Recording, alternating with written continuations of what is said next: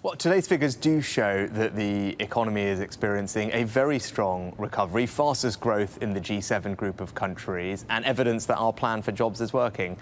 But I'm not complacent. The shock that the economy and our public finances have experienced has been significant, and it will take us time to fully recover. And that's why I'm not done supporting businesses or people, and most importantly, giving them the skills and the opportunities they need to find great jobs. But more specifically on the barriers to recovery, I mean, for example, would you say that we've squandered some of our potential vaccine dividend this summer because we've been very cautious over things like travel and isolation rules? Well, on travel, I know the sector's had a very difficult time, but they've benefited from almost £7 billion of support from start to finish through this crisis. And most importantly, over the past few weeks, we've been able to cautiously reopen travel for double vaccinated passengers. And that is an enormous boost to the sector. Would you have opened it sooner? No, it's right that we do these things in a measured way, and that's what we've done, taking advice as we go. But now that we can see, a safe reopening of the travel sector, that will be an enormous boost to them and hopefully safeguard many more jobs. Obviously, your priority will be sustaining this recovery, but there are some big policy commitments coming up that need to be funded, not least social care, funding our climate change commitments. How exactly are we going to pay for all that, given that the economy absolutely is still recovering?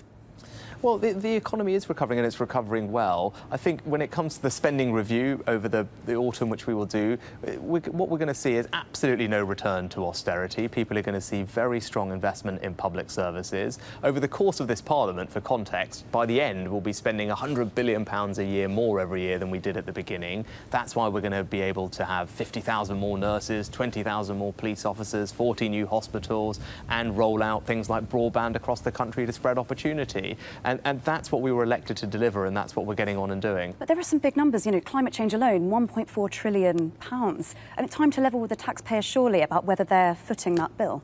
Well, I know people will look at these numbers and they will have concerns about what that means for them. What the government is committed to doing is making sure that we do the transition to net zero in a way that does keep costs low on people. And what I'd say is look at our track record over the past couple of decades. We've grown the economy 75%, and at the same time we've cut carbon emissions by almost half. So that shows it's possible to do both things. We can become more prosperous as a country, more jobs, more successful businesses, more money in our pockets, whilst also becoming greener, and that's what we need to do going forward as well. The Prime Minister and yourself are clearly neighbours. You live next door to each other. Are you friends? Yes, we are. Do you think we can afford all of his promises? I think the Prime Minister and I are absolutely united in making sure that we deliver on the commitments we made to people, that we invest in public services, that we spread opportunity around the country. But in the short term, we're united in making sure that our economic recovery is as strong and as quick as possible. And that's what my focus is. And the numbers today show that my plan for jobs is working, and that is happening.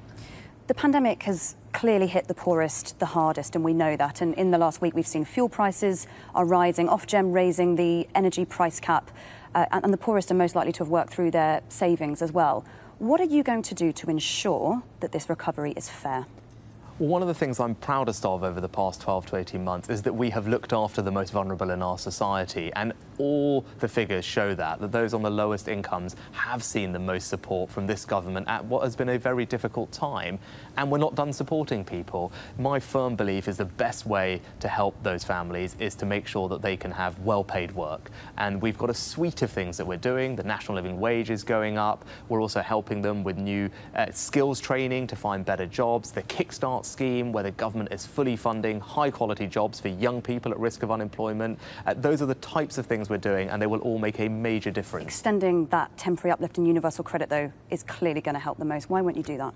No, I don't think that will help the most. That temporary uplift was indeed temporary. It was the right intervention for the particular part of the crisis that we've experienced. But now, as the economy is reopening and businesses are hiring again, the right thing to do is to help people find really well-paid jobs, which is why the Kickstart scheme is important. It's why we're giving companies huge cash incentives to create new apprenticeships for people, and it's why the Prime Minister's lifetime skills guarantee is crucial. 10 million adults who don't have a level 3 qualification will, for the first time, be able to get one from the government. We know that that can have a transformative impact on people's ability to get a new job or get a better paid job. Those are the right ways to help people.